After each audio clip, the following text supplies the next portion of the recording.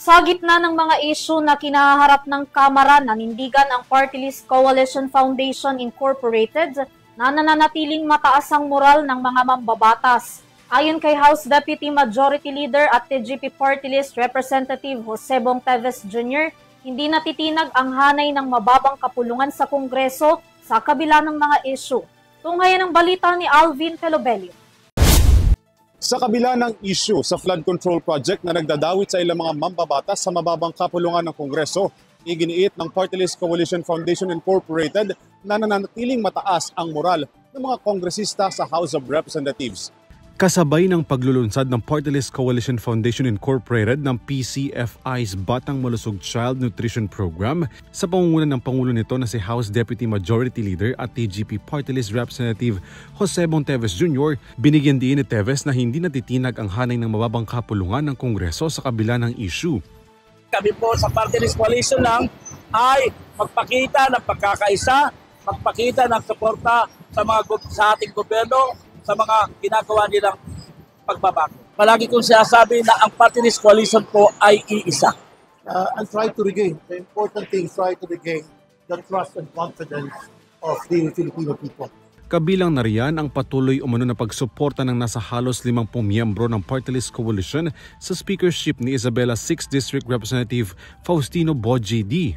Sa nakikita ko naman po wala. Dahil marami naman pong mabuting mga programa ang ginagawa ng ating speaker sa ngayon, si Speaker Buttigieg. Nagsasalita po in behalf sa Party List Coalition members na sinusuportahan mo namin si Speaker Buttigieg. Well, of course, on the part of PECFI, when the House leadership succeeds, the entire House succeeds. Gusto po natin siguraduhin na sa Kongreso, walang maiiwanan. Kitang-kita naman po natin ngayon sa Party List Coalition, nagkakaisa kami ngayon dahil naniniwala kami sa kabataan. Iba't ibang sektor ang inire-representa namin, but we remain united. Nagbigay din ang Party List ng manifesto of support sa ating butihing speaker, Faustino D. The third, kasi nakikita naman namin ang magandang pagpapatakbo niya at talagang meron po siyang leadership at pantay-pantay po ang tingin niya sa lahat. Git ng koalisyon na ayon umano sa hangarin ni Pangulong Ferdinand Marcos Jr. ang pagsuporta nila sa liderato ng Kamara, maging sa nagpapatuloy na investigasyon sa katiwalian sa flood control project. Tayo na lang natin ang investigasyon, basta kami po ay patuloy na gagawa ng mga programa na naayon sa batas.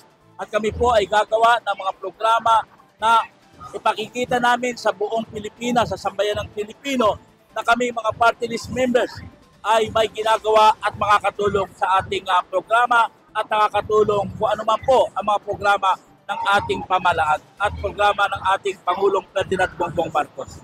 Natural because we now have a new speaker. So he must be given the free hand. And of course, of those who are involved, and probably he saw it fit na may movement lang.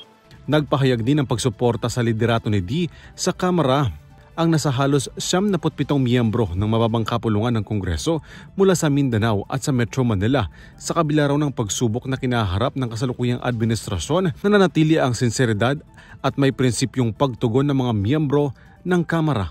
Para sa EuroTV News, Alvin Pelobelio sumasaludo sa bawat Pilipino.